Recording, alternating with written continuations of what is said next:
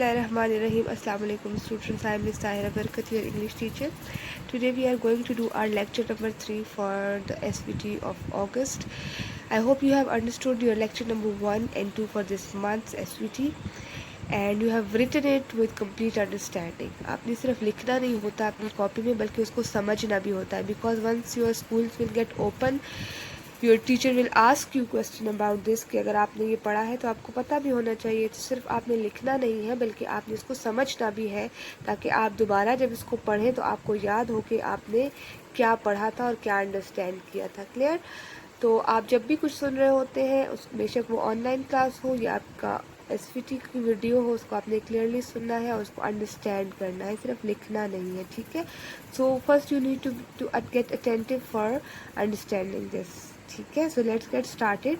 So here we have our lecture number 3 and in lecture number 3 we have 2 questions and third is research and for question number 4 and question number 5 I told you that you have to read the unit seal appeal and that was all about these 2 questions, that what the answers are. So here I am with 2 questions. The first is what is blubber? The fat of whales and other sea mammals is called blubber. Question ये है कि blubber क्या होता है? ये वाला आपने जो इसका मीनिंग है वो आपने जून के एसवीटी में भी किया होगा, आप रिकॉल करेंगे आपको याद आ जाएगा, but I will repeat it कि मेमल्स जो होते हैं सी मेमल्स, स्पेशली जो सी मेमल्स होते हैं, वेल आपने देखी होंगे, उन मेमल्स में जो फैट होता है, फैट कहते हैं चर्बी को, उस चर्बी को ब्लबर कहते हैं। The fat of whales and other sea mammals is called blubber. आपकी बॉडी में भी फैट होता है लेकिन जो स्पेसिफिकली सी मेमल्स और वेल्स की बॉडी में चर्बी और फैट होता है उसको एक स्पेसिफिक नाम दिया है, that is blubber. We have question number 5. In question number 5 again it is about blubber. What is the use of blubber? Blubber का काम क्या होता है बॉडी में? Blubber keeps sea mammals warm. Warm का मतलब होता है गर्म रखना। तो जो सी मेमल्स की बॉडी में ब्लैबर होता है वो मेमल्स को वर्म रखता है, गर्म रखता है। एंड और it can also be used, और ये इसलिए भी इस्तेमाल हो सकता है as a source of energy if they can't find food. अगर उनको खुराक नहीं मिल रही होती तो वो जो ब्लैबर पहले से बॉडी में मौजूद होता है वो उनको सरवाइव करने के लिए, जिंदा रहने के लिए एनर्जी भी प्रोवाइड करता है।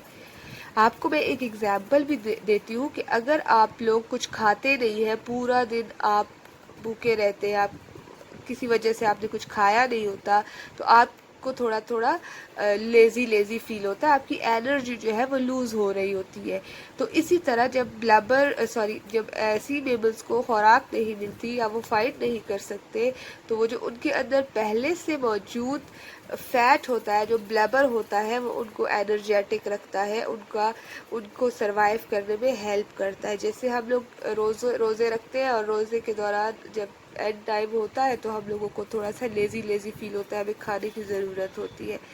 इसी तरह जब इनको खुराक नहीं मिल रही होती तो जब इन्हें खुराक नहीं मिल रही तो ये उसी ब्लैबर को जो उनकी बॉडी में मौजूद होता है उसको यूज़ करके वो अपने आप को एनर्जेटिक रखते हैं, एक्टिव रखते हैं। ठीक है? आपके 2 क्वेश्चंस हो गए हैं, इसको अंडरस्टैंड करें और इसको कॉपी में लिखें। ठीक है? कौन सी कॉपी में? In which copy you will write this? In your test copies. Clear? Okay, now you have this last thing and this is not specifically a question but it is a kind of research। और research का क्या मतलब होता है इसके आपको half part से खुद ही पता लग जाएगा। सर्च का मतलब होता है ढूंढना, और ढूंढने का मतलब ये नहीं है कि आपने इस क्वेश्चन में कुछ ढूंढना है, इसमें आपने एक मेथड बताना है कि आपने क्या सीखा। जो आपने यूनिट पढ़ा था पीका में, उसमें बर्ड्स जो है वो नेस्ट बना रहे थे, एक स्टोरी भी थी। तो आपने भी imagine you are a bird, how you will make your nest. आपने अपने आप को एक बर्ड समझना है कि आप एक बर्ड है।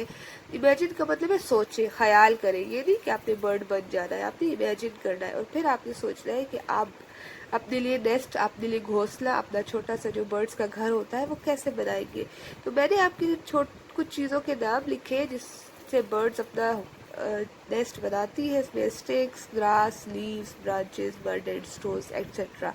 आपको आपके माइंड में जो भी आइडिया आता है कि बर्ड्स किस तरह नेस्ट बनाती होगी, वो सारा आप आइडिया, ये नहीं कि आपने सारी चीज़ें लिख देनी है, आपने सोचना है कि कैसे बनेगा। जो आप नेस्ट अपने माइंड में सोच रहे हैं, आप अपने आप को बर्ड इमेजिन कर रहे हैं, आपके माइंड में क्या आएगा कि आप क्या क्या चीज़ें उसमें यूज़ कर सकते हैं। आपने कंप्लीट एक पैराग्राफ लिखना है कि आप अपना जो नेस्ट है वो किस तरह बनाएगी। Hope you have understood these 3 questions. Do you need to work in your copies. Stay blessed. Allah हाफिज़।